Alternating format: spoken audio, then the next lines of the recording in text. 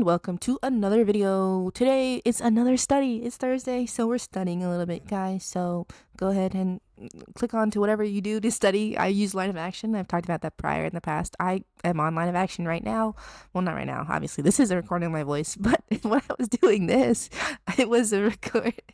Sorry, I'm losing it. Anyway, yeah, I'm on line of action right now. These are 2-minute studies, and I decided to do full figure studies for today just because okay, listen, I'm so sick of drawing in this sketchbook. It's not that it's a bad sketchbook or anything. It's just I've had it for like 7 months at this point. So I am sick of doing it. And also I was like, I have to get better at drawing figures. And I was like, I've always wanted to start doing figure drawings for forever because I know it's like good to like flex your artistic muscles or whatever. And it helps you learn by doing figure studies. And so every time I try to do figure studies, I always do like I always spent too much time on them trying to make them look nice, and that's not really the point of figure studies. The point of figure studies is just like try to get the figure down as much as you can. And so these are just 2-minute figure studies of full bodies that I wanted to do. And sorry for the footage at the beginning of this drawing process. I forgot to put the focus on like what's it called? Basically the focus on the paper instead of on my hand. So this first two drawings are going to be focusing on my hand, unfortunately. So it's going to keep going in and out of focus, but that's okay. We move past it. Also, my bad, lost the plot there for a second. The reason why I'm doing full body studies and figure studies to fill up the sketchbook is because since they're only 2 minutes, they don't take very long to fill up the page. I don't have to put a lot of thought into them. And so basically I'm just using these figure studies as a way to fill out my sketchbook so I can move on to a new one.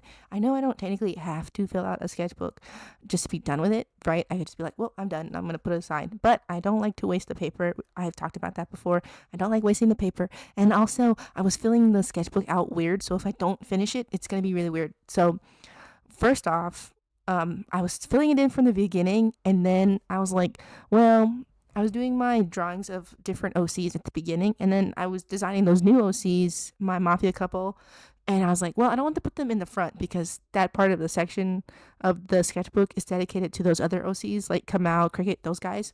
And so I was like, well, do them in the back. And then I put them in the back, and I had already done a couple of like I wanted to do some like little doodle redraws in the back, so I was already in the back there. And then I kept when I had more ideas for that mafia couple OCs, I kept putting the drawings of them in the back. And so like there's like not 20 pages, but like 10 pages that are all filled up with stuff.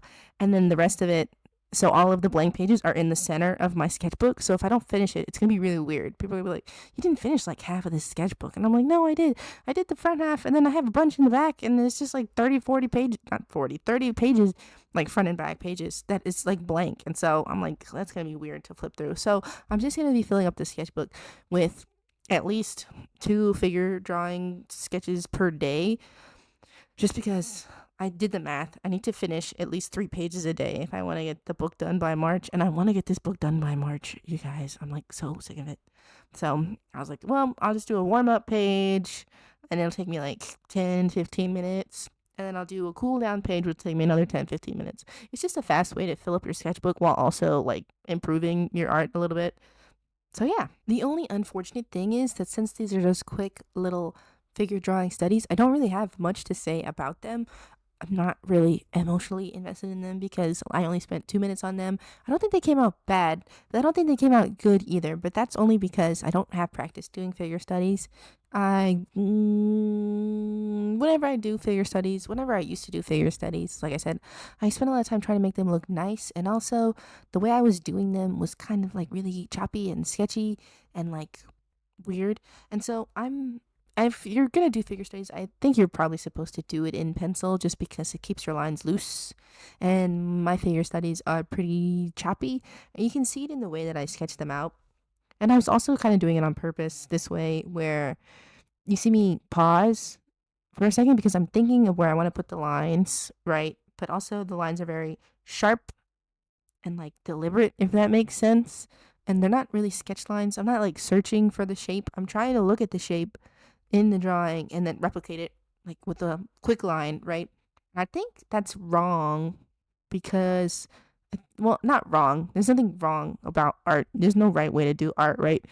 But I think that You're not supposed to. I'm drawing from my wrist, and apparently that's really bad for your wrist. Like, you can get carpal tunnel that way. I don't currently have carpal tunnel, but that does not mean I couldn't develop carpal tunnel.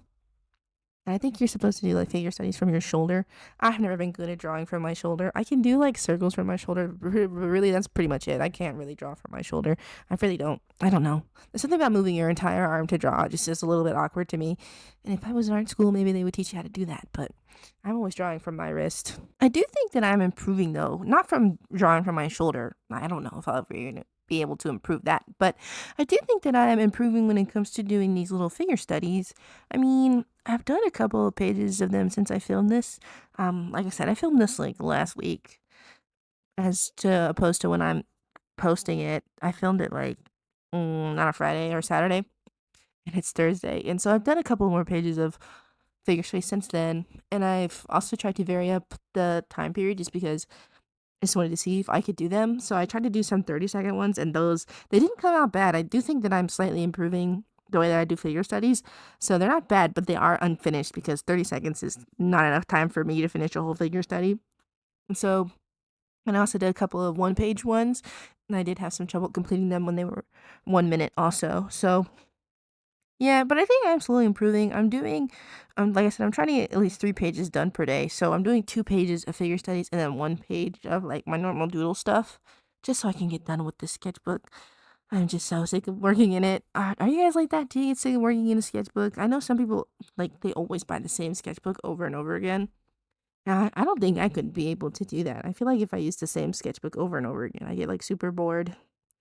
I don't know. I just feel like there's sometimes you just need a change in paper type because it's not that I hate this paper. This is like it's fine paper. It's just it's a little smooth, and so I do like smooth paper for markers, but it has like a sort of plasticky feel. You know what I mean? If that makes sense. Like it feels like there's kind of like a wax layer over the paper. I don't think there is anything like that on it, but it's just basically there's no texture, and I typically don't like textured paper for for markers or just in general. I've talked about this before. I don't like the way textured paper feels on my hands. But typically, I do like a smooth paper, but this is a little too smooth. And I had some marker paper one time that was way, way too smooth. Like it wouldn't take pencil. It was just for markers, and it was really gross. Maybe I mean we'll get to that sketchbook later when I do another sketchbook tour for it. But it was so I hated that paper, and this paper is not really reminiscent of that paper too much, but it's more similar to that paper than typical paper that I like for sketchbooks. But you know the thing is that it's not. I don't hate this paper. I don't really like the paper too much, but I like the sketchbook because it's a 10 by 10, and I really like the square format, and I really like the big 10 by 10 format for sketchbooks. I don't like an 8 by 8.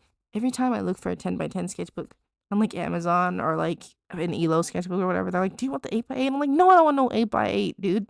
I don't want an 8 by 8. It's too small. I want a 10 by 10, please." And I don't know if they're discontinuing 10 by 10s, but they're getting harder to find. And I'm like, what is the problem? Oh, but I did just go and buy a bunch of sketchbooks just because like I said, I was thinking about sketchbooks and I need some variety. Even though I have like a bunch of sketchbooks that I need to fill out. I just went and bought like 6 more, which is a lot of sketchbooks to buy at once, I'm aware. But I was like, I need different sketchbooks. Also, I figure it's kind of like an investment for my YouTube channel for you guys because I'm like, well, if I have all these different sketchbooks, I can go ahead and review them on my channel. So that way you guys can get like sort of a feel of what kind of sketchbook maybe you like. And maybe if you're like, you see the kind of sketchbooks that I use, you might be like, even if I say negative things about the sketchbook that I don't like, you might be like, well, I actually do like that sort of thing in a sketchbook. And so you would decide to get it. I don't know. I did talk about this before that I had a video I wanted to make about sketchbook paper, but all of the sketchbook that I used, I haven't used any like different sketchbooks for like a couple of years at this point, and I didn't want to judge any paper based off of old quality. And so I rebought a bunch of sketchbooks that I had bought in the past just to see if their quality is still good. And I do plan on making a video about paper. I don't know if that would be boring for you guys, but as an artist, my one of my favorite things, I like pens and I like paper. I just really like to think about those things and talk about those things and try to find different versions of pens and paper that I like. Even though, I mean, honestly, it's not that the type of paper you use doesn't matter or the type of pen that you doesn't that you use doesn't matter. Those things can matter and they can change your art, but if you're really dedicated to making art, you can make really good art with just a regular number 2 pencil and some notebook paper. I've seen some artists who are actually really good with just a regular pencil and some notebook paper. But, you know, you don't really need the fancy stuff. But if you are looking to like improve like maybe not the well, I guess kind of the quality of your art in the sense of like durability, because you know certain papers and certain art materials will affect the durability of your art. Maybe then you would be interested in doing or buying more expensive sketchbooks. And also, it's a bitch to scan lined paper, and then you gotta erase all the lines if you're gonna scan your art to make prints or something. But in general, you don't really need like expensive supplies. I mean, some supplies that are better performing do cost a little bit more. But if you're like a beginner artist, I wouldn't worry about buying expensive art supplies and stuff. I think I talked about this when I talked about Copics. Like, if you were like a beginner artist, I would not go out and buy Copics as your first markers. I'd buy a cheap set on like Amazon or something where you get like 100 for like $30, because it's not that because the quality of those markers is great. They're not the best quality, right? But they're the best quality if you're trying to learn how to use them. I wouldn't go putting money into something that you're trying for the first time and then be like, oh, I hate this. It sucks, right? Because then you just sunk like $300 into a bunch of Copic markers that you're never going to use again. And there's also like the whole thing of you're learning how to use them. So, and if you're going to be doing like a whole bunch of experiments, you don't want to be doing a whole bunch of experiments with like really expensive watercolor or markers, and then you're going to have to keep rebuying all those new ones because you're doing so many tests and studies and trying to figure out the medium, you know? So you can go and buy expensive art supplies if that's what you're into, or if, I mean, I guess you can still buy them if you're like a newbie, but I feel like it would be a waste of money. You don't want to waste money, not in this economy. Alrighty, so we're getting towards the end of the video now. I just have to do one more figure after this one. I think these turned out okay. They're not the best, but they're not the worst. I think they get across the idea of the poses. I think that maybe when I do these, I should actually draw like the objects that they're holding. I think that it'd make the reference make a little bit more sense, because I mean they're all just doing whatever they're doing. I mean, not all of them have objects in them, but some of them do, and I feel like maybe it would help a little bit with readability. But yeah, also another point in line of action's favor if you're trying to get into doing what's it called, poses like these, figure studies, they also have lots of diverse body types. And so if you're interested in learning how to draw different body types, they have a lot of different models in their reference library. So yeah, it's chill, it's cool, and they have different age ranges and stuff like that. And if you just want to do hands, or if you just want to do feet, stuff like that. And so that's another point in their favor. If you guys, I know this sounds like an ad. This is not an ad for Line of Action. I just feel like it's a really useful website, and it's free. I mean, you can pay for it if you want, but I'm not paying for nothing. You know what I mean?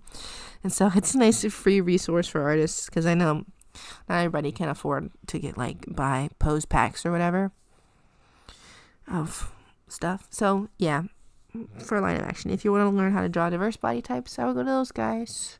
Because you know me, I try to draw characters. I try to draw figures for characters and stuff, and so I'm trying to get more diverse characters. Not that there's anything wrong with doing like same face syndrome if that's what your thing is. I'm trying to avoid that as much as possible though, and I think I'm losing the battle a little bit, but I try. And so part of that is learning how to draw different body types, just to make your characters look different. I'm trying my best out here, guys. So I'm doing a little something different with the coloring today. I didn't want to color them the same way I usually do when I put the blush on their face and their fingers and stuff, just because they don't really have faces and they don't really have fingers, just because they're just supposed to be poses. So unfortunately, I don't have fingers or faces, so I didn't want to do the coloring like that. I just decided I was going to add these cute little boxes around the poses that I like the most. So yeah, alrighty, we're coming on the end of the video now, you guys. I want to thank you for spending this time with me. I will go ahead and see you in the next one. Bye-bye.